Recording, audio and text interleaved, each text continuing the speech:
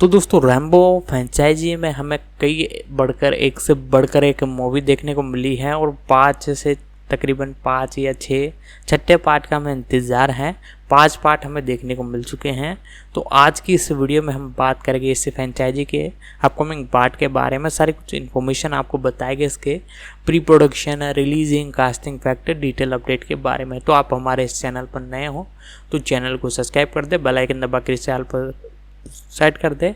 आगे मैं इसकी और इन्फॉर्मेशन आपको बताता हूँ। एक अमेरिकी एक्शन फिल्म है जिसे सिल्वेस्टर स्टेलोन ने लिखा है और इसमें उन्होंने जॉन रैम्बो का किरदार निभाया है।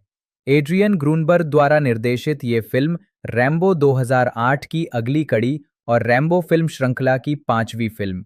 कहानी में रैम्बो अपनी गोद ली हुई भतीजी को बचाने के लिए मैक्सिको जाता है, जिसे एक मैक्सिकन गिरोह ने अगवा कर लिया है और वेश्यावृत्ति में धकेल दिया है। Paz Vega, Sergio Peris Mencheta, Adriana Barraza, Yvette Monreal, Jennie Kim उर्फ येना हान, जोकिन कोसियो और ऑस्कर जेनादा सहायक भूमिकाओं में हैं। पांचवी फिल्म की योजना की घोषणा 2008 से ही रुक रुक कर होती रही, जिसके कई संस्करण तैयार किए गए और फिर रद्द कर दिए गए। अंततः मई 2018 में फिल्म की घोषणा की गई और ग्रूनबर्ग को इसके निर्देशन के लिए चुना गया। मुख्य फिल्मांकन अक्टूबर 2018 में बुल्गारिया और स्पेन में शुरू हुआ और दिसंबर 2018 में समाप्त हुआ। साथ ही मई 2019 में अतिरिक्त फिल्मांकन भी किया गया। ब्रायन टाइलर ने फिल्म के लिए संगीत तैयार किया। रैम्बो लास्ट ब्लड 20 सितंबर 2019 को सिनेमाघरों में रिलीज हुई, जिसे आलोचकों से नकारात्मक समीक्षाएं मिली। आलोचकों ने इसकी पटकथा, हिंसक दृश्यों और मेक्सिको के प्रति नस्लवादी और विदेशी विरोधी रवैये की आलोचना की। हालांकि एक्शन दृश्यों और स्टैलोन के अभिनय की प्रशंसा की गई। फिल्म ने $50 मिलियन के निर्माण बजट और $30 मिलियन के प्रिंट और विज्ञापन खर्च के मुकाबले दुनिया भर में $91.5 मिलियन की कमाई की। जॉन रैम्बो नामक एक प्रीक्वल फिल्म वर्तमान में विकास के अधीन है। कथानक: बर्मा से घर लौटने के 11 साल बाद जॉन रैम्बो एरिजोना के बोवी में अपने दिवंगत पिता के घोड़े के फार्म में रहता है, जिसका प्रबंधन वो अपनी पुरानी दोस्त मारिया बेल्ट्रान और उसकी पोती गैब्रिएला के साथ करता है। गैब्रिएला को उसकी दोस्त गिजेल बताती है कि उसने गैब्रिएला के निकम्मे पिता मैनुअल को मेक्सिको में ढूंढ लिया है। उनके विरोध के बावजूद गैब्रिएला मेक्सिको जाती है और गिजेल उसे मैनुअल के अपार्टमेंट में ले जाती है। जब गैब्रिएला उससे पूछती है कि उसने उसकी माँ को क्यों छोड़ दिया, तो वो बताता है कि उसने कभी उससे प्यार नहीं किया और कभी बच्चा नहीं चाहा, जिससे गैब्रिएला का दिल टूट जाता है। गिजेल गैब्रिएला को पास के एक क्लब में ले जाती है, जहां उसे नशीली दवा देकर एक मैक्सिकन कार्टेल के गुंडे अगवा कर लेते हैं। गैब्रिएला के लापता होने की खबर मिलते ही रैम्बो मैक्सिको पहुंचता है और मैनुअल और गिजेल से गैब्रिएला के बारे में पूछताछ करता है। गिजेल अनिच्छा से रैम्बो को उस क्लब में ले जाती है जहां गैब्रिएला को आखिरी बार देखा गया था, और रैम्बो का सामना एल फ्लाको से होता है, जिसने आखिरी बार गैब्रिएला से बात की थी। एल फ्लाको जब रैम्बो को गैब्रिएला के संभावित ठिकाने पर ले जाता है, तो कार्मेन डेलगाडो नाम की एक रहस्यमय महिला उसका पीछा करती है। यूगो और विक्टर मार्टिनेज भाइयों के नेतृत्व वाले कार्टेल के लोग रैम्बो का सामना करते हैं, उसे पीटते हैं और उस पर निशान लगा देते हैं। वे उसका ड्राइविंग लाइसेंस ले लेते हैं, जिससे फार्म का पता और गैब्रिएला की एक तस्वीर का पता चलता है, जिसे विक्टर पहचान लेता है। रैम्बो की हरकतों के कारण कार्टेल गैब्रिएला के साथ और भी बुरा बर्ताव करने की कसम खाता है। कार्मेन रैम्बो को अपने घर ले जाती है, जहां वह उसके पूरी तरह ठीक होने तक उसकी देखभाल करती है। इस बीच गैब्रिएला को बार बार हेरोइन की खुराक दी जाती है और उसे यौन गुलामी में बेच दिया जाता है। कार्मेन कहती है कि वो एक स्वतंत्र पत्रकार है जो मार्टिनेज भाइयों की जांच कर रही है, जो कार्मेन की बहन की मौत के लिए जिम्मेदार थे। बाद में रैम्बो एक वेश्यालय पर छापा मारता है और कई पुरुषों को मार डालता है, जब तक कि उसे नशे में धुत गैब्रिएला नहीं मिल जाती। घर लौटते समय रैम्बो गैब्रिएला को पिछले 10 वर्षों से उसे आशा और जीवन का अर्थ देने के लिए धन्यवाद देता है, लेकिन हेरोइन के अत्यधिक सेवन से उसकी मृत्यु हो जाती है। क्रोधित रैम्बो मारिया को दूर भेज देता है, टकराव के लिए खेत में जाल बिछाता है और बाद में विक्टर को खोजने में कार्मेन की मदद मांगने के लिए मैक्सिको लौट जाता है। कार्मेन पहले तो मना कर देती है, रैम्बो से कहती है कि इससे कुछ हल नहीं होगा, लेकिन उसके दुख और निराशा को समझने की कोशिश करने पर वो मान जाती है। रैम्बो विक्टर के घर पर छापा मारता है, गार्डों को मार डालता है और विक्टर का सिर काट देता है। यूगो हत्यारों के एक समूह को रैम्बो के फार्म हाउस पर ले जाता है, जहां वे जाल बिछाकर मारे जाते हैं। यूगो को अंत में मारने के लिए रैम्बो अपने बोवी चाकू से उसकी छाती चीरकर उसका दिल निकाल लेता है। युद्ध के बाद कमजोर रैम्बो अपने पिता के घर के बरामदे में बैठा रहता है और लड़ने और अपने प्रियजनों की यादों को जीवित रखने का संकल्प लेता है। बाद में रैम्बो अपने घोड़े पर सवार होकर फार्म हाउस से निकलते समय अपने पिछले युद्धों को याद करता है।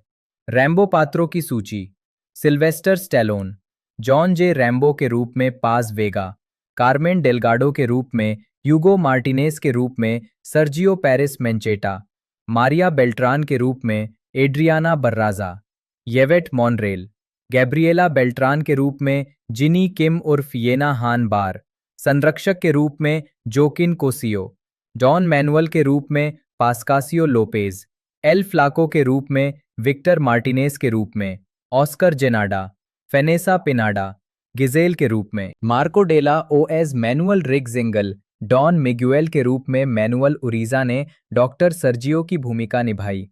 मिर्का प्रिटो लोला, लॉरा के रूप में शीला शाह ने अलेजांद्रा का किरदार निभाया। जेसिका मैडसेन बेकी के रूप में विस्तारित संस्करण के शुरुआती दृश्य में लुई मैंडिलोर और आरन कोहेन ने क्रमशः शेरिफ और राज्य पुलिस कप्तान की भूमिका निभाई। उत्पादन, विकास और लेखन: फरवरी 2008 में सिल्वेस्टर स्टेलोन ने खुलासा किया कि 5वीं फिल्म का निर्माण चौथी फिल्म की सफलता पर निर्भर करेगा। उन्होंने कहा कि वो एक फिल्म की तैयारी कर रहे हैं और ये काफी अलग होगी। मार्च 2008 में स्टेलोन ने खुलासा किया कि वो रैम्बो वी की स्क्रिप्ट आधे रास्ते पर थे। उन्होंने कहा कि ये कोई और युद्ध फिल्म नहीं होगी और बुल्गारिया को एरिजोना में रैम्बो के घर के रूप में इस्तेमाल करने पर विचार किया जा रहा था। फरवरी 2009 में स्टेलोन ने खुलासा किया कि वो 5वीं फिल्म पर काम कर रहे हैं, लेकिन उन्होंने कहा, दुविधा ये है कि इसे अमेरिका में बनाया जाए या किसी विदेशी देश में। अगस्त 2009 में मिलेनियम फिल्म्स ने स्टेलोन के लेखन, निर्देशन और अभिनय के साथ फिल्म को हरी झंडी दी। उस समय कथानक अमेरिकी मैक्सिको सीमा के पास अपहरण की गई एक युवा लड़की को बचाने के लिए मानव तस्करों और ड्रग लॉर्ड्स से लड़ने पर केंद्रित था। सितंबर 2009 में स्टेलोन ने खुलासा किया कि फिल्म का शीर्षक Rambo V the savage hunt था और ये जेम्स बायरन हगिन्स के उपन्यास हंटर पर आधारित होगी। कथानक को इस प्रकार पुनर्कल्पित किया गया कि रैम्बो एक विशिष्ट विशेष बल टीम का नेतृत्व करते हुए एक आनुवंशिक रूप से संशोधित प्राणी का शिकार करके उसे मार डाले। न्यू इमेज: मिलेनियम फिल्म्स ने द सैवेज हंट के लिए एक कॉन्सेप्ट आर्ट पोस्टर और आधिकारिक सारांश जारी किया। हालांकि नवंबर 2009 तक कथानक स्टेलोन द्वारा लिखित कहानी पर वापस आ गया था, जिसमें रैम्बो एक अपहरित लड़की को बचाने के लिए मैक्सिकन सीमा पार करता है।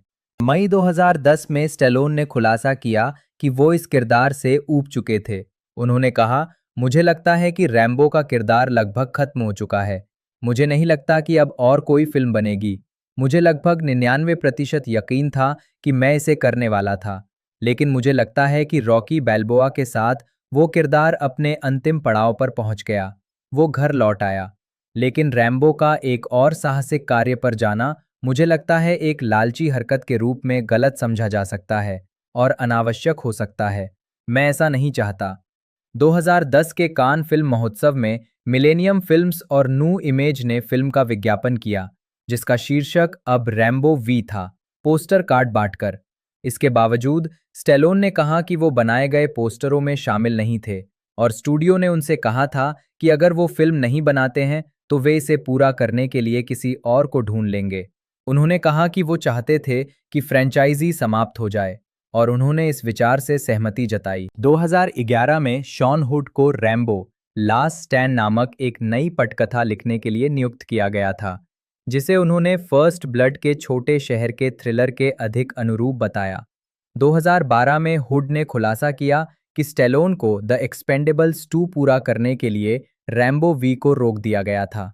हुड ने यह भी बताया कि उन्हें इस बात पर अनिश्चितता थी कि फिल्म अनफॉरगिवन के समान होगी या मशाल सौंपने जैसी होगी।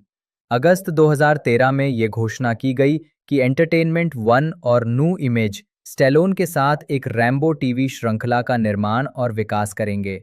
जून 2014 में German film company splendid films ने पुष्टि की कि स्टैलोन ने रैम्बो वी की पटकथा लिखना शुरू कर दिया था, जिसे उन्होंने no country for old man के समान बताया। सितंबर 2014 में फिल्म का आधिकारिक शीर्षक रैम्बो लास्ट ब्लड रखा गया, जिसमें स्टैलोन ने निर्देशक की भूमिका भी निभाई। 2015 में स्टैलोन और रैम्बो के निर्माता लेखक डेविड मोरेल ने रैम्बो वी की कहानी को फिर से लिखा। स्टैलोन इस किरदार के लिए एक भावुक यात्रा चाहते थे, जिसे लेखक ने वास्तव में भावनात्मक, शक्तिशाली कहानी बताया था। स्टैलोन ने निर्माताओं को ये विचार दिया, लेकिन वे इसके बजाय मानव तस्करी की कहानी पर आगे बढ़ना चाहते थे, जिससे स्टैलोन और मोरेल की स्क्रिप्ट अधूरी रह गई।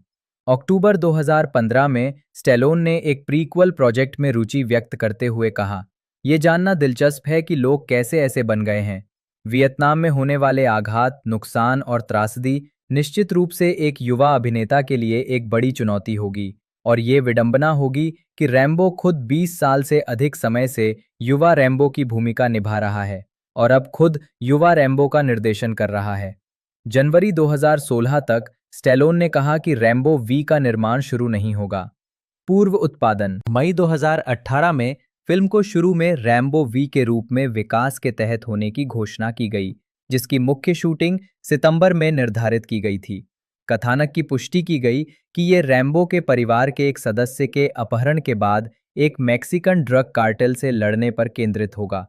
स्टैलोन ने फिल्म की रिलीज की तारीख की घोषणा की, जिसे वो मैथ्यू सिरुलनिक के साथ सहलेखन भी करेंगे। उस समय उन्होंने निर्देशक के रूप में अतिरिक्त भूमिका निभाने के बारे में अनिश्चितता व्यक्त की। अगस्त 2018 में एड्रियन ग्रूनबर्ग को निर्देशक के रूप में घोषित किया गया। सितंबर 2018 में एड्रियाना बर्राजा को कलाकारों में शामिल किया गया। अक्टूबर 2018 में पाज वेगा, येवेट मॉन्रेल, सर्जियो पेरिस मेंचेता, ऑस्कर जेनादा और जोकिन कोसियो को कास्ट किया गया। मई 2019 में Louis Mandylor, Sheila Shah, Dimitri Vegas और जेनी किम उर्फ येना हान को बिना किसी पूर्व घोषणा के कास्ट किए जाने का खुलासा हुआ। फिल्माने मुख्य फिल्मांकन 2 अक्टूबर 2018 को बुल्गारिया में शुरू हुआ। पहले ये 1 सितंबर 2018 को शुरू होने वाला था और उससे पहले 27 अक्टूबर 2014 को श्रेवेपोर्ट लुइसियाना में। बर्राजा ने अपने दृश्यों की शूटिंग टेनेरीफ कैनरी द्वीप समूह में की। मुख्य फिल्मांकन 4 दिसंबर 2018 को पूरा हुआ। अतिरिक्त फिल्मांकन मई 2019 के अंत में हुआ। संगीत मुख्य लेख Rambo last blood soundtrack Brian Tyler, जिन्होंने रैम्बो और द एक्सपेंडेबल्स ट्रिलॉजी में स्टैलोन के लिए संगीत तैयार किया था, रैम्बो लास्ट ब्लड के लिए भी संगीत देने के लिए वापस लौटे।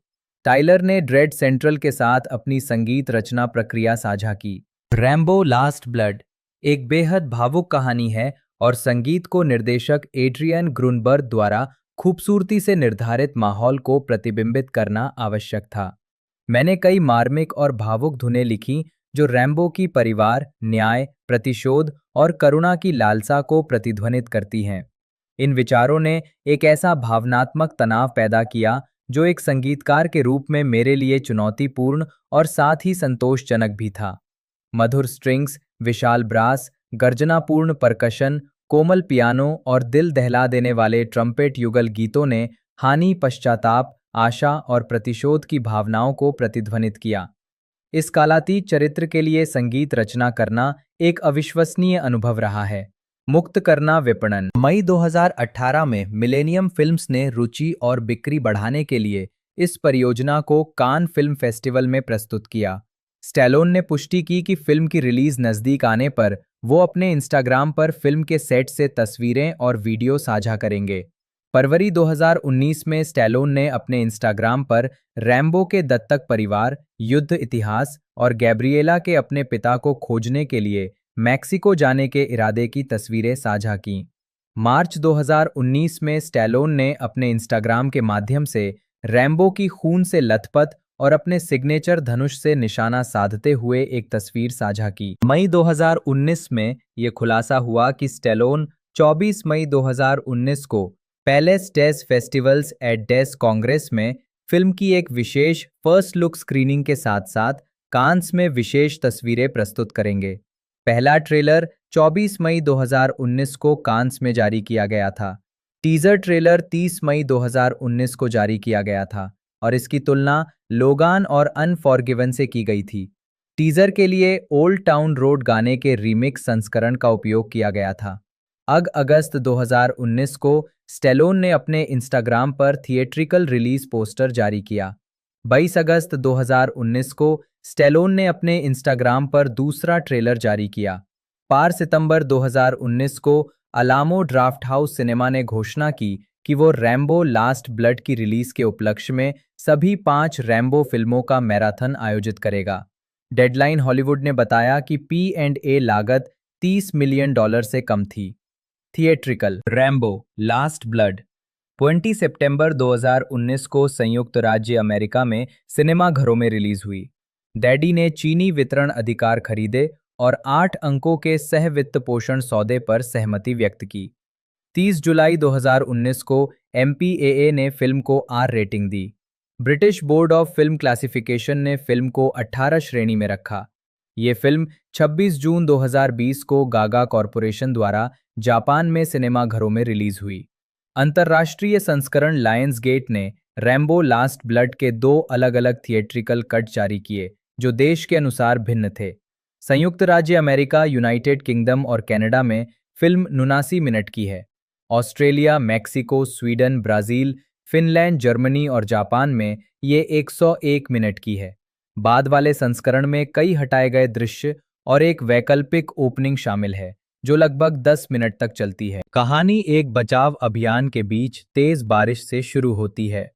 3 लापता पर्वतारोही बाढ़ में फंसने के खतरे में हैं। पुलिस का कहना है कि खोज अभियान रोकना होगा क्योंकि ये बहुत खतरनाक होता जा रहा है और वे पूछते हैं कि घुड़सवार स्वयंसेवक कहाँ हैं। फिर हमें जंगल में पर्वतारोहियों का पीछा करते हुए रैम्बो से मिलवाया जाता है। उसे एक लड़की मृत मिलती है और फिर आगे जाकर उसे बाकी 2 लोग मिलते हैं। वो उन्हें बाहर निकालने की कोशिश कर रहा है लेकिन एक आदमी अपनी पत्नी के बिना जाने को तैयार नहीं है। रैम्बो उसे बताता है कि उसकी पत्नी मर चुकी है लेकिन वो भाग जाता है। बाढ़ का पानी तेजी से बहने लगता है और रैम्बो खुद को और लड़की को एक चट्टान से बांध लेता है जबकि पानी का तेज बहाव उन पर से बह जाता है।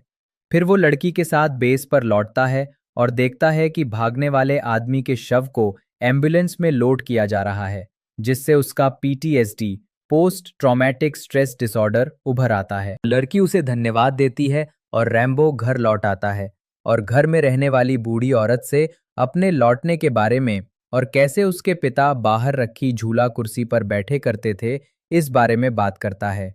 फिर वो घटनाओं से परेशान होकर सुरंगों में चला जाता है और एक CD द डोर्स चलाता है। जब सुरंगों में उसे PTSD के फ्लैशबैक आते हैं तो उसे मृत पर्वतारोही के साथ इंटरकट किया जाता है। वैकल्पिक शुरुआत के बाद फिल्म रैम्बो को उसके खेत पर दिखाती है जैसा कि ये चुनिंदा उत्तरी अमेरिकी देशों और UK में शुरू होती है। Home media Rambo last blood 3 दिसंबर 2019 को डिजिटल प्लेटफॉर्म पर और 17 दिसंबर 2019 को लायंसगेट होम एंटरटेनमेंट द्वारा अल्ट्रा HD ब्लूरे और DVD पर रिलीज हुई। बेस्ट बाय ने 4K UHD रिलीज के लिए एक विशेष स्टील बुक जारी की। ये फिल्म कई हफ्तों तक रेड बॉक्स के डिस्क रेंटल और ऑन डिमांड चार्ट में शीर्ष पर रही। अंतर्राष्ट्रीय संस्करण जिसका शीर्षक Rambo last blood extended cut है, मई 2020 में Amazon प्राइम वीडियो पर रिलीज हुआ। संयुक्त राज्य अमेरिका और कनाडा में DVD ने $10 मिलियन और ब्लू-रे ने $16.6 मिलियन कमाए, जिससे घरेलू वीडियो बिक्री में कुल $26.6 मिलियन की कमाई हुई। स्वागत box office Rambo last blood ने संयुक्त राज्य अमेरिका और कनाडा में $44.8 मिलियन और अन्य क्षेत्रों में $46.7 मिलियन की कमाई की, जिससे दुनिया भर में कुल $91.5 मिलियन की कमाई हुई, जबकि इसका उत्पादन बजट $50 मिलियन था। संयुक्त राज्य अमेरिका और कनाडा में ये फिल्म एड एस्ट्रा और डाउनटन एबे के साथ रिलीज हुई थी और अनुमान लगाया गया था कि ये अपने शुरुआती सप्ताहांत में 3,618 सिनेमाघरों से 23-25 मिलियन डॉलर कमाएगी।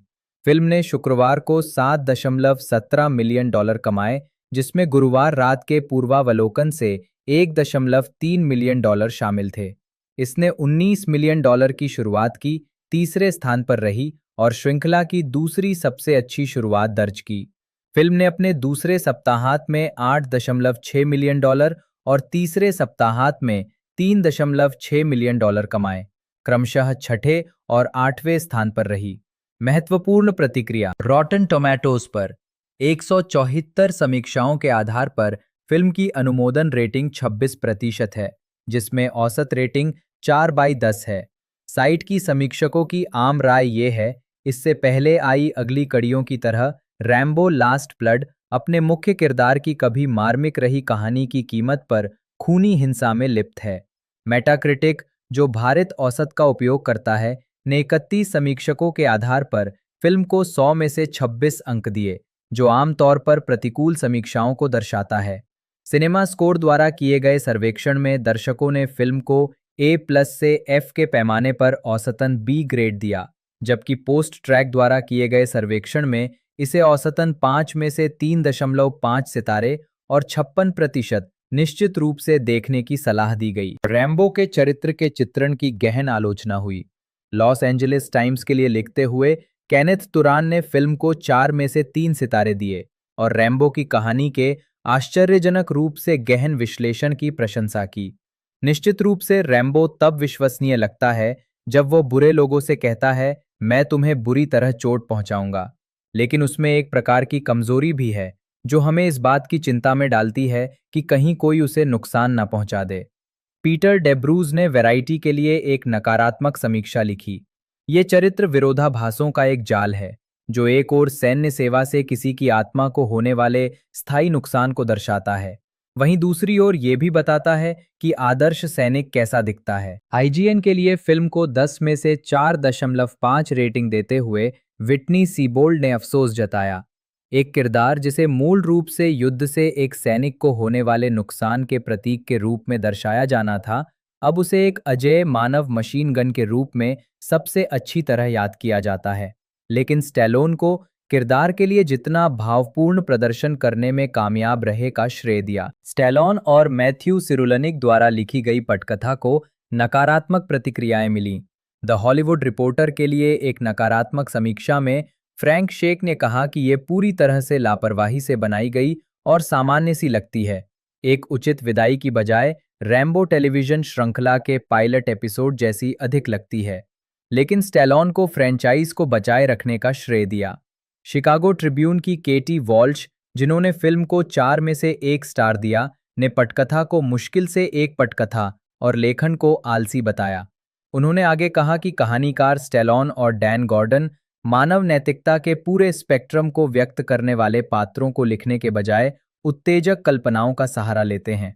ब्लडी डिस्गस्टिंग के विलियम बिबियानी ने कहा कि पटकथा को सबसे निचले स्तर तक कम कर दिया गया है, पात्रों को जल्दी से स्थापित किया गया है और फिर उन्हें एक सरल कथानक में धकेल दिया गया है, अर्थात रैम्बो मानकों के अनुसार भी सरल, और फिल्म को 5 में से 1.5 रेटिंग दी। इंडीवायर के लिए फिल्म को D+ ग्रेड देते हुए एरिक कोहन ने कहा कि सह लेखक के रूप में स्टैलोन छिपे हुए इशारों के माध्यम से रैम्बो के लिए सहानुभूति पैदा करने में अच्छा काम करते हैं, लेकिन लास्ट ब्लड ये साबित करने के लिए अति कर देता है कि उसने एक बेहतर इंसान बनने की कोशिश की है।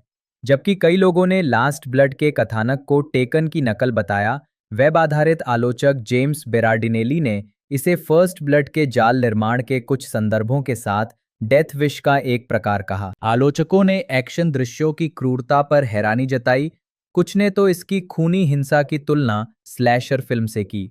बेरार्डिनेली ने कहा, लाशों की संख्या बहुत ज्यादा है और मौत के तरीके हैलोवीन या फ्राइडे द 13th के सीक्वल के लायक हैं, और फिल्म को 4 में से 1 स्टार दिया। डेब्रूज ने हिंसा को भयानक, दिल दहला देने वाला नरसंहार बताया और कहा कि इसे इस तरह से दिखाया गया है कि रैम्बो के विकास के साथ साथ इसे देखने वाले प्रशंसकों से वाहवाही और उत्साह मिले। अप्रॉक्स के विंस मैंसिनी ने कहा, ये इतना भयानक है कि मुझे यकीन है कि प्रतिद्वंदियों पर अत्याचार का जश्न मनाते हुए कार्टेल के असली वीडियो इससे कम खूनी हैं, लेकिन उन्होंने फिल्म को जरूर देखने की सलाह दी। इसके विपरीत न्यूयॉर्क पोस्ट के जॉनी ओलेक्सिंस्की ने कहा, रैम्बो लास्ट ब्लड में साल का सबसे हिंसक फिल्मी दृश्य है, ये शानदार है, लेकिन उन्हें लगा कि वर्णन, नाटक और घिसी-पिटी पृष्ठभूमि को हटाया जा सकता था। डेन ऑफ गीक के डंकन बोल्स ने इसे 5 में से 3 सितारे दिए और लिखा, अगर आप उस तरह के व्यक्ति नहीं हैं जो रैम्बो को हथियार उठाते, धनुष चलाते या जाल बिछाते देखकर खुशी से रोना चाहते हैं, तो ये फिल्म वास्तव में आपके लिए नहीं है। लेकिन अगर आप अपने पसंदीदा किरदार से भारी तबाही देखना चाहते हैं, तो इसमें बहुत कुछ है। कई लोगों ने लास्ट ब्लड के क्लाइमैक्स को होम अलोन के क्लाइमैक्स जैसा पाया, जिसे इसके विपरीत पीजी रेटिंग मिली है। अपराध से ग्रस्त मेक्सिको का चित्रण और अधिकांश मैक्सिकन और लैटिनो को अपराधियों के रूप में रूढ़िवादी ढंग से चित्रित करने के कारण आलोचकों ने फिल्म पर जेनोफोबिया, विदेशी लोगों के प्रति नफरत और ट्रंप राष्ट्रपति पद के समर्थकों को खुश करने का आरोप लगाया। द गार्जियन के पीटर ब्रैडशॉ ने लास्ट ब्लड को एक बेहद विकृत फिल्म बताया, जो बुरे अभिनय वाली वृद्ध हिंसा, मैक्सिकन बलात्कारियों की ट्रंप जैसी कल्पनाओं और हास्यास्पद रूप से असुरक्षित अमेरिकी सीमा और बलात्कार प्रतिशोध हमलों के प्रति उसके घटिया उत्साह से आपको केवल असहज कर सकती है, और इसे 5 में से 1 स्टार दिया। सीबोल्ड ने लिखा, मैं समझता हूं कि रैम्बो फिल्में शायद ही कभी सांस्कृतिक एकजुटता का गढ़ रही हैं, लेकिन 2019 में ये व्यापक रूढ़िवादिताएं आपत्तिजनक, पुरानी और सरासर गैर जिम्मेदार हैं। कोहन ने लिखा, 2019 के अति संवेदनशील सांस्कृतिक माहौल में खूंखार मैक्सिकन अपराध सरगनाओं और उनकी सहमी हुई यौन दासियों का एक श्वेत रक्षक से सामना होने का चित्रण आसानी से स्वीकार्य नहीं है। अविनोम लर्नर, हिब्रू अवी लर्नर, जन्म 13 अक्टूबर 1947, एक इजरायली अमेरिकी फिल्म निर्माता हैं जो मुख्य रूप से अमेरिकी एक्शन फिल्मों का निर्माण करते हैं। लर्नर मिलेनियम फिल्म्स के संस्थापक और सीईओ हैं। जीवन और करियर।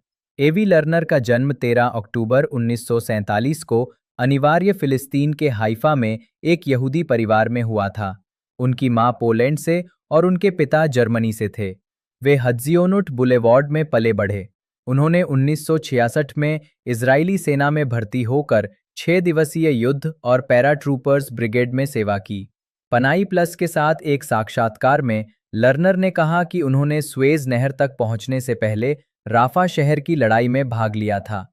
उन्होंने 1973 के योम किप्पुर युद्ध में एक आरक्षित सैनिक के रूप में सेवा की। लर्नर ने मूल रूप से तेल अवीव 66 में मूवी थिएटरों में काम किया, लेकिन बाद में दक्षिण अफ्रीका में स्थानांतरित हो गए, जहां उन्होंने कई फिल्मों का निर्माण किया, और 1990 के दशक की शुरुआत में लॉस एंजलिस में फिर से स्थानांतरित होने तक मूवी थिएटरों की एक श्रृंखला के मालिक भी थे। 1991 में उन्होंने स्वतंत्र उत्पादन वितरण कंपनी ग्लोबल पिक्चर्स के अध्यक्ष के रूप में कार्य किया। लर्नर ने ट्रेवर शॉर्ट, डैनी डिम्बॉट और डैनी लर्नर के साथ मिलकर न्यू इमेज और मिलेनियम फिल्म्स नाम की 2 प्रोडक्शन कंपनियां स्थापित की। इन कंपनियों का निर्माण विविध प्रकार की फिल्मों में होता है, हालांकि इनमें से अधिकांश एक्शन फिल्में हैं। एवी द्वारा निर्मित अधिकांश एक्शन फिल्मों की शूटिंग बुल्गारिया में होती है, जहां नू बोयाना फिल्म का स्वामित्व उन्हीं के पास है। न्यू इमेज, जो अब मिलेनियम फिल्म्स है, ने 2007 में स्वतंत्र film studio first look studios को खरीदा और अपनी विशेष फिल्मों को वितरित करने के लिए संगठन का पुनर्गठन किया। 2007 में लर्नर ने रैम्बो फ्रैंचाइजी के अधिकार प्राप्त किए और 2008 में रैम्बो के साथ श्रृंखला को पुनः आरंभ किया। द एक्सपेंडेबल्स 2010 में मिली सफलता से पहले लर्नर की छवि एक बी ग्रेड फिल्म निर्माता की थी। लर्नर ने शिकायत की है कि इजराइल एकमात्र ऐसा देश है जहां उनके काम की आलोचना होती है और वे इजरायली पत्रकारों को साक्षात्कार देने से बचते हैं। 65 लर्नर फिल्म उद्योग के प्रति अपने दृष्टिकोण को पूरी तरह से व्यावसायिक बताते हैं। हॉलीवुड के प्रमुख स्टूडियो के विपरीत, जो निर्माण में बड़ी रकम निवेश करते हैं लेकिन कभी-कभी नुकसान भी उठाते हैं, लर्नर की टीम प्रत्येक फिल्म के संभावित राजस्व की सावधानीपूर्वक गणना करती है और तदनुसार उत्पादन लागत को समायोजित करती है। यौन उत्पीड़न के आरोप। मई 2017 में लर्नर पर एक पूर्व कर्मचारी ने यौन उत्पीड़न और लिंग भेद का मुकदमा दायर किया। लर्नर ने दावा किया कि आरोप पूरी तरह से झूठ थे। जून 2018 में हॉलीवुड अभिनेता टेरी क्रूज ने लर्नर पर अपने मैनेजर को फोन करने का आरोप लगाया, जिसमें लर्नर ने टेरी क्रूज के करियर में मुश्किलें पैदा करने की धमकी दी, जब तक कि क्रूज ने Hollywood talent agency William Morris Endeavour, जो एजेंट और संस्थापक सदस्य एडम वेनिट की नियोक्ता है, के खिलाफ अपना मुकदमा वापस नहीं ले लिया। जनवरी 2019 में ब्रायन सिंगर के खिलाफ यौन उत्पीड़न के आरोप लगने के बाद लर्नर उनके साथ खड़े रहे। मैं रेड सोंजा के विकास कार्य में लगा हुआ हूं और ब्रायन सिंगर अभी भी इससे जुड़े हुए हैं। 80 करोड़ डॉलर से अधिक की कमाई करने वाली बोहेमियन रैप्सोडी ने फिल्म इतिहास में सबसे अधिक कमाई करने वाली ड्रामा फिल्म का खिताब हासिल किया है, जो उनकी असाधारण दूरदर्शिता और सूझबूझ का प्रमाण है। मैं एजेंडा से प्रेरित फर्जी खबरों और वास्तविकता के बीच का अंतर जानता हूं और मैं इस निर्णय से पूरी तरह संतुष्ट हूं। अमेरिका में जब तक दोष सिद्ध न हो जाए, व्यक्ति निर्दोष माना जाता है। एक्शन स्टार्स लर्नर की अधिकांश फिल्मों में 1980-1990 के दशक के एक्शन स्टार्स थे, जो उस समय अपने चरम पर थे। Jean Claude Van Damme, Steven Seagal, Wesley Snipes और डॉल्फ लुंडग्रेन। ये फिल्में आमतौर पर सीधे वीडियो पर रिलीज होती थीं। लर्नर ने मिलेनियम फिल्म्स और एमेट फुर्ला फिल्म्स के लिए सिल्वेस्टर स्टैलोन अभिनीत रैम्बो और रॉबर्ट डी नीरो और अल पचिनो अभिनीत राइटियस किल का निर्माण किया। उन्होंने स्टैलोन द्वारा निर्देशित द एक्सपेंडेबल्स का निर्माण किया। लर्नर ने जिन अन्य फिल्मों में योगदान दिया है, उनमें क्यूबा गुडिंग जूनियर और जेम्स वुड्स अभिनीत End Game, Morgan Freeman, Kevin Spacey और जस्टिन टिम्बरलेक अभिनीत Edison, 16 blocks, The Black Dahlia, The Wicker Man और यहाँ तक कि वर्नर हर्जोग की Bad Lieutenant, Port of Call New Orleans भी शामिल हैं, जिसमें निकोलस केज ने अभिनय किया है। थ्रिलर फिल्म ट्रेसपास में उन्हें निर्माता के रूप में भी सूचीबद्ध किया गया है। John James Rambo. Rambo franchise का एक काल्पनिक पात्र है। वो पहली बार 1972 में डेविड मोरेल के उपन्यास फर्स्ट ब्लड में दिखाई दिया, लेकिन बाद में फिल्म श्रृंखला के नायक के रूप में अधिक प्रसिद्ध हुआ, जिसमें सिल्वेस्टर स्टैलोन ने उसकी भूमिका निभाई थी। इस किरदार के चित्रण ने स्टैलोन को व्यापक प्रशंसा और पहचान दिलाई।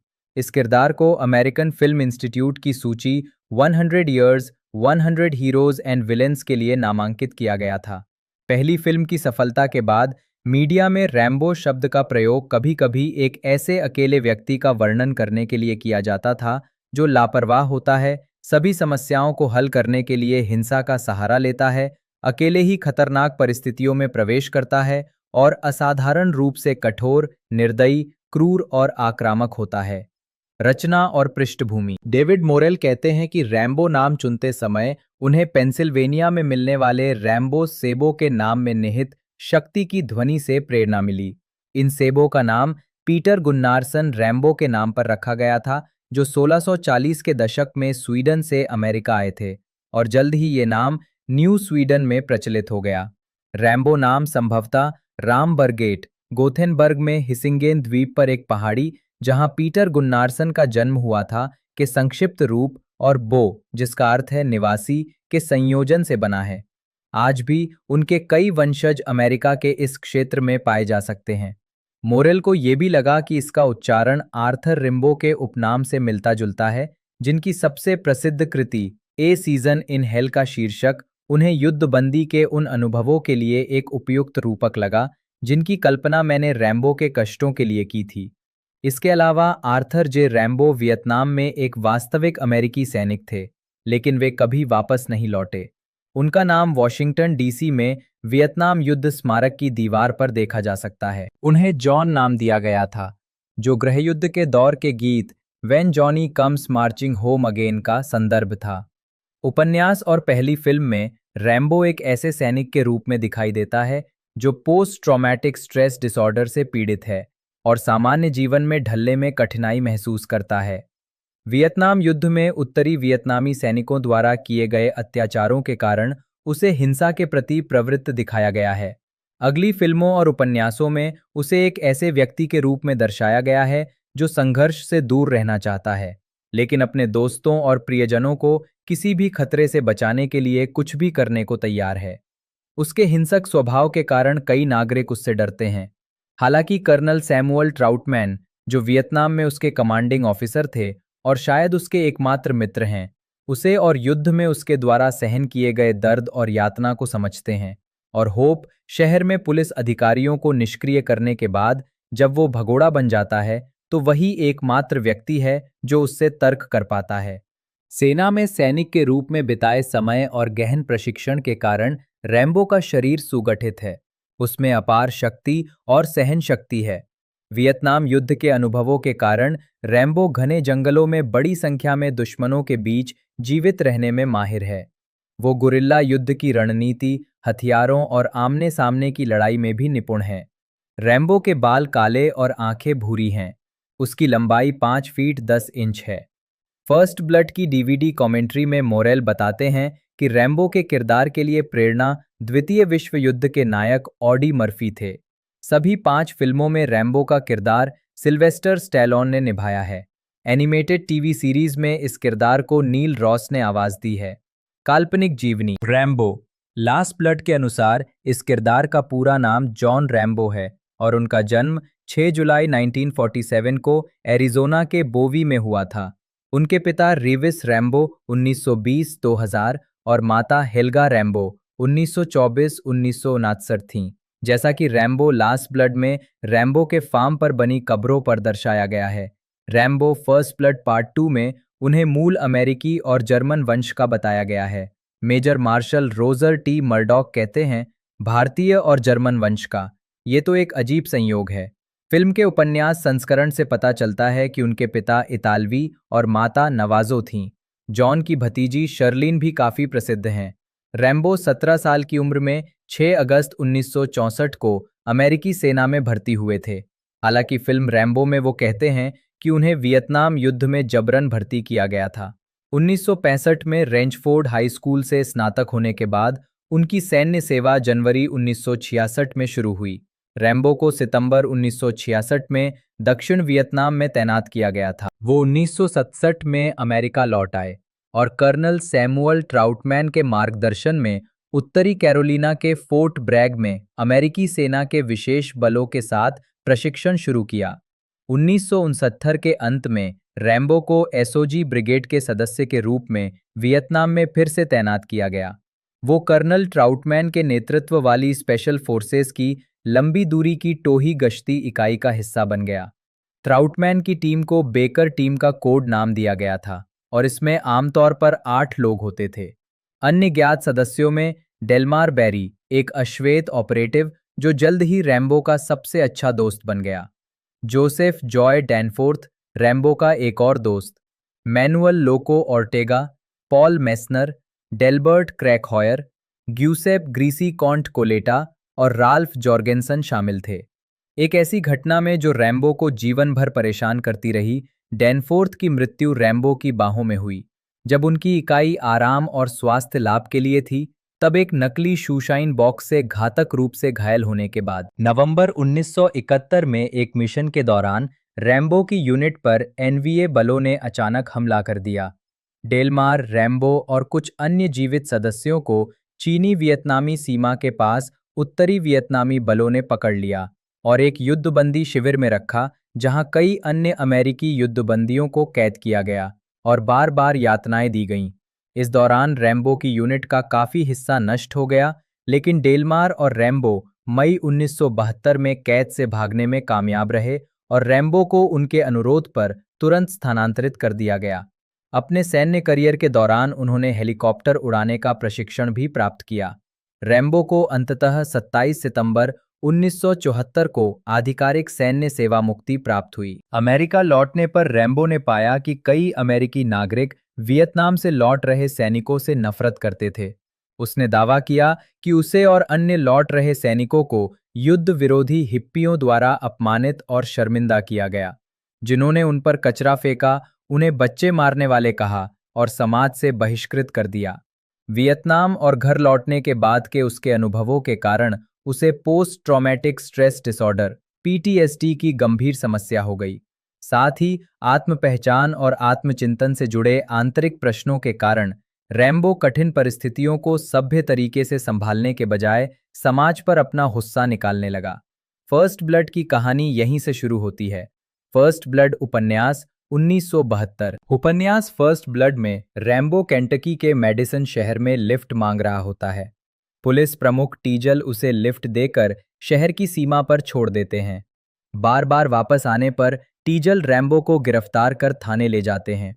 उस पर आवारागर्दी और गिरफ्तारी का विरोध करने का आरोप लगाया जाता है और उसे 35 दिन की जेल की सजा सुनाई जाती है। ठंडी, गीली और छोटी कोठरियों में बंद होने से रैम्बो को वियतनाम युद्धबंदी के रूप में बिताए अपने दिन याद आ जाते हैं। जब पुलिसकर्मी उसके बाल काटने और दाढ़ी बनाने की कोशिश करते हैं तो वो उनसे लड़ता है, एक को पीटता है और दूसरे को रेजर से काटकर मार डालता है। वो भाग निकलता है, एक मोटरसाइकिल चुराता है और पास के पहाड़ों में छिप जाता है। वो एक तलाशी अभियान का केंद्र बन जाता है, जिसके परिणाम स्वरूप कई पुलिस अधिकारी, नागरिक और नेशनल गार्ड के जवान मारे जाते हैं। जिस कस्बे में रैम्बो और टीजल के बीच संघर्ष शुरू हुआ था, वहीं एक रोमांचक अंत में रैम्बो को अंततः स्पेशल फोर्सेस के कर्नल सैम ट्राउटमैन और टीजल ने पकड़ लिया। टीजल ने अपने स्थानीय ज्ञान का उपयोग करते हुए रैम्बो को चौंका दिया और उसकी छाती में गोली मार दी, लेकिन जवाबी हमले में वो खुद पेट में घायल हो गया। फिर उसने रैम्बो का पीछा करना शुरू कर दिया, जब रैम्बो कस्बे से भागने का अंतिम प्रयास कर रहा था। इस समय तक दोनों लगभग मरणासन्न थे, लेकिन वे अपने स्वाभिमान और अपने कार्यों को सही ठहराने की इच्छा से प्रेरित थे। रैम्बो को एक सुरक्षित जगह मिल गई और उसने अपने शरीर पर डायनामाइट की छड़ी से विस्फोट करके आत्महत्या करने की तैयारी की। हालांकि तभी उसने टीजल को अपने पीछे आते देखा और फैसला किया कि लड़ना जारी रखना और टीजल की जवाबी गोलीबारी में मारा जाना अधिक सम्मानजनक होगा। रैम्बो ने टीजल पर गोली चलाई और हैरानी और निराशा के साथ गोली उसे लग गई। एक पल के लिए उसने सोचा कि कैसे उसने एक सम्मानजनक मौत का मौका गवा दिया, क्योंकि अब वो डायनामाइट जलाने के लिए बहुत कमजोर था। लेकिन तभी अचानक उसे वो धमाका महसूस हुआ जिसकी उसे उम्मीद थी, लेकिन सिर में, पेट में नहीं, जहां डायनामाइट रखा गया था। रैम्बो इस बात से संतुष्ट होकर मरा कि उसकी मौत उचित थी। ट्राउटमैन मरते हुए टीजल के पास लौटा और उसे बताया कि उसने अपनी शॉटगन से रैम्बो को मार डाला है।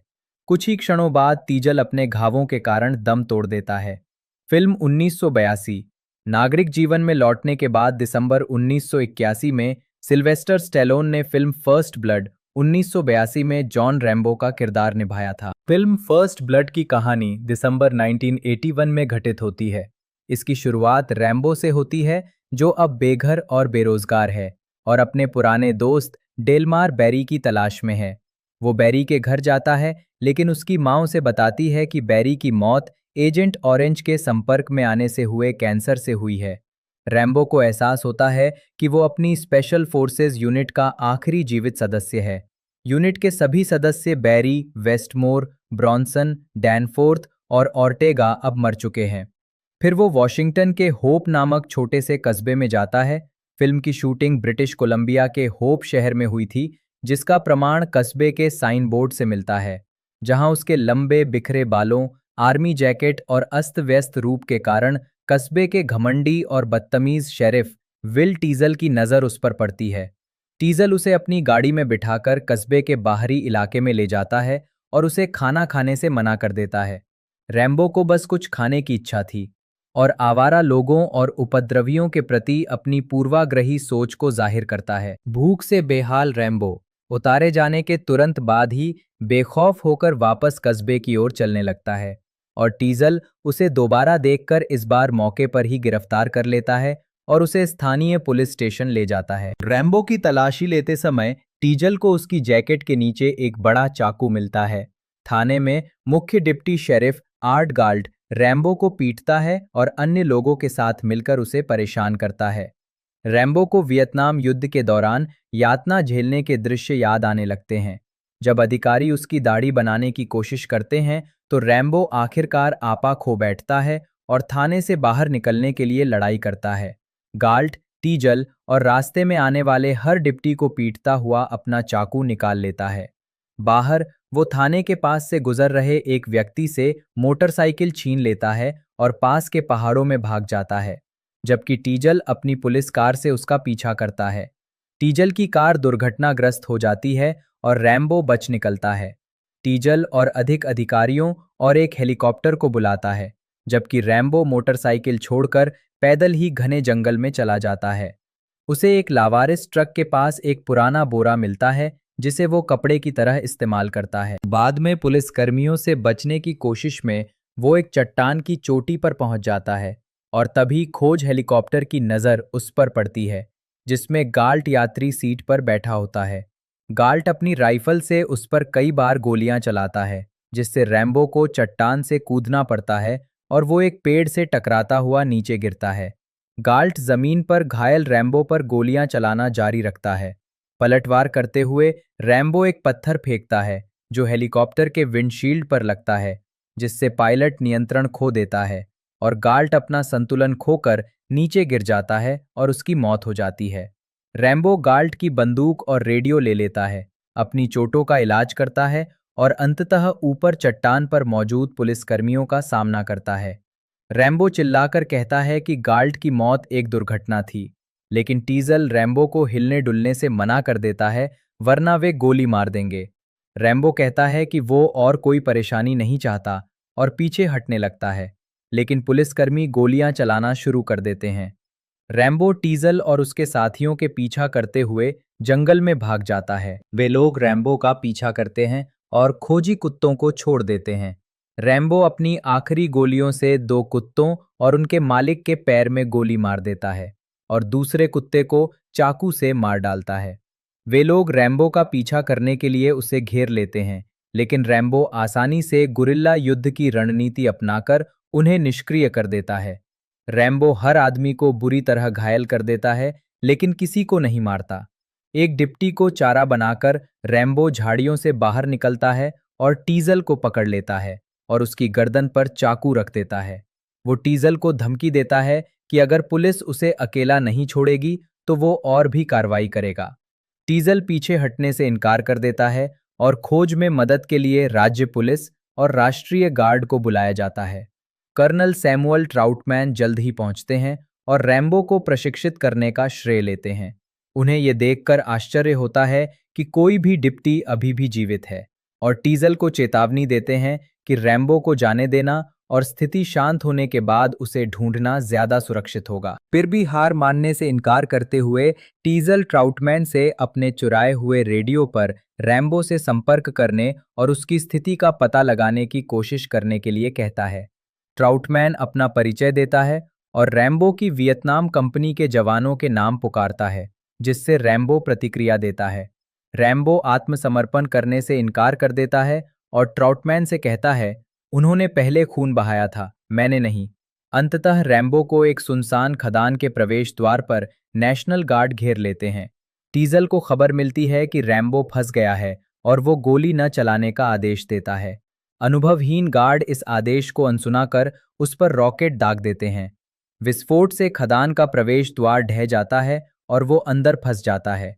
सैनिक मान लेते हैं कि रैम्बो मर गया है, लेकिन पीछा करने वालों को पता नहीं होता कि रैम्बो खदान की सुरंगों में भाग निकला है। अंततः रैम्बो को एक मुख्य सड़क के पास एक पुराना निकास द्वार मिल जाता है, जहां से सैनिक रास्ता साफ कर रहे थे।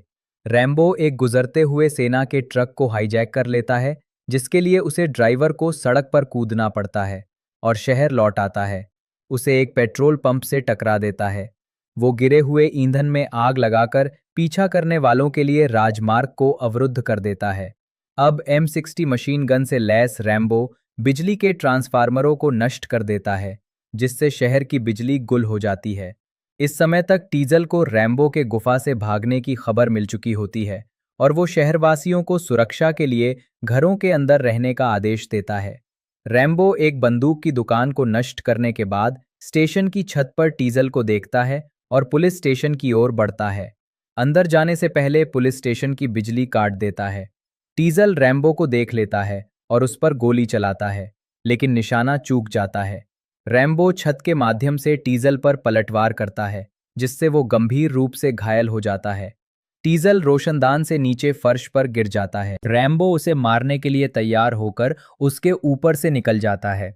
इससे पहले कि रैम्बो टीजल को गोली मार पाता, कर्नल ट्राउटमैन आ जाते हैं और उसे बताते हैं कि जिंदा बचने की कोई उम्मीद नहीं है।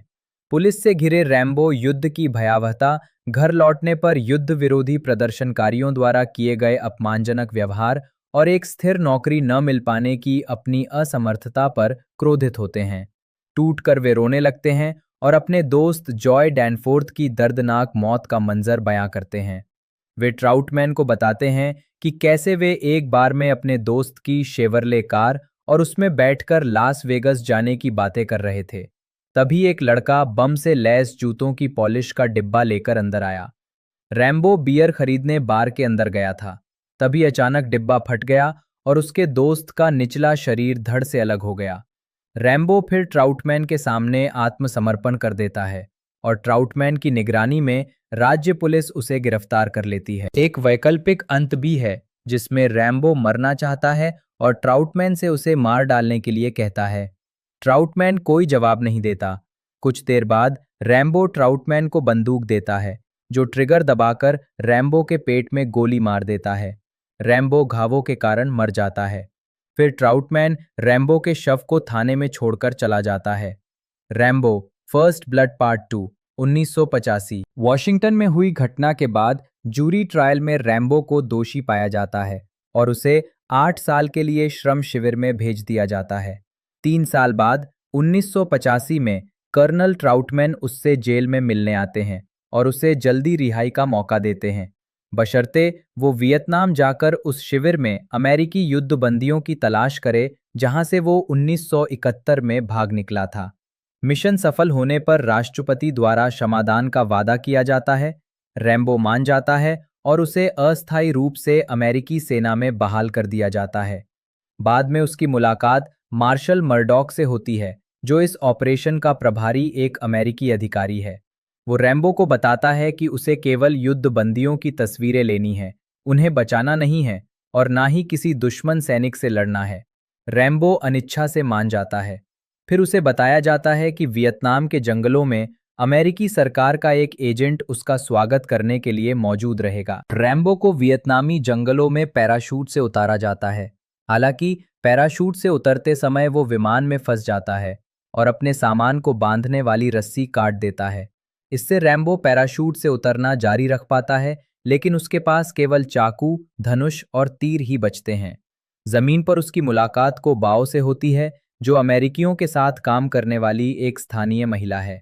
वो उसे एक युद्धबंदी शिविर में ले जाती है, जहां वो बैंक्स नामक एक कैदी को छुड़ाने में सफल होता है और इस दौरान अपने धनुष से कई दुश्मन सैनिकों को मार गिराता है। इसके बाद तीनों नाव से भाग निकलते हैं, लेकिन उन पर एक गनबोट द्वारा हमला कर दिया जाता है। रैम्बो ने रॉकेट लॉन्चर से गनबोट को नष्ट कर दिया। जब रैम्बो ने बचाव के लिए गुहार लगाई तो उसे मना कर दिया गया, क्योंकि मर्डॉक को डर था कि अगर अमेरिकी जनता को उसकी गतिविधियों और अमेरिकी सैनिकों के अभी भी बंदी होने के बारे में पता चला तो उसके और उसके साथियों का क्या होगा। रैम्बो और बैंक्स दोनों को पकड़ लिया गया और शिविर में रूसी सलाहकार जल्द ही रैम्बो से पूछताछ करने के लिए पहुंच गए। इसी बीच रैम्बो ने को एक वेश्या के वेश में शिविर में दाखिल हुई और उस झोपड़ी में पहुंची जहां रैम्बो को बंदी बनाया गया था। वहां उसने देखा कि रूसी लेफ्टिनेंट कर्नल पोडोव्स्की और उसका second in command sergeant Yushin Rambo को यातना दे रहे थे और यूशिन अमेरिकी सैनिक से अपने अड्डे से संपर्क करने और युद्ध अपराधों को कबूल करने की मांग कर रहा था।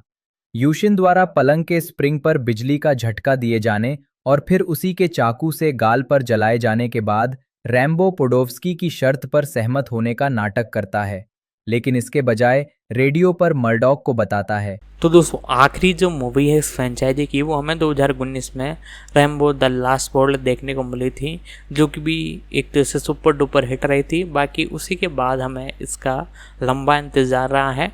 बाकी अपकमिंग पार्ट हमें देखने को मिल सकता है 2026 तक। बाकी मैंने सारे कुछ इन्फॉर्मेशन इसकी बता दी है। वीडियो आपको अच्छी लगी तो लाइक कीजिएगा। मिलते हैं दोस्तों अगले वीडियो में।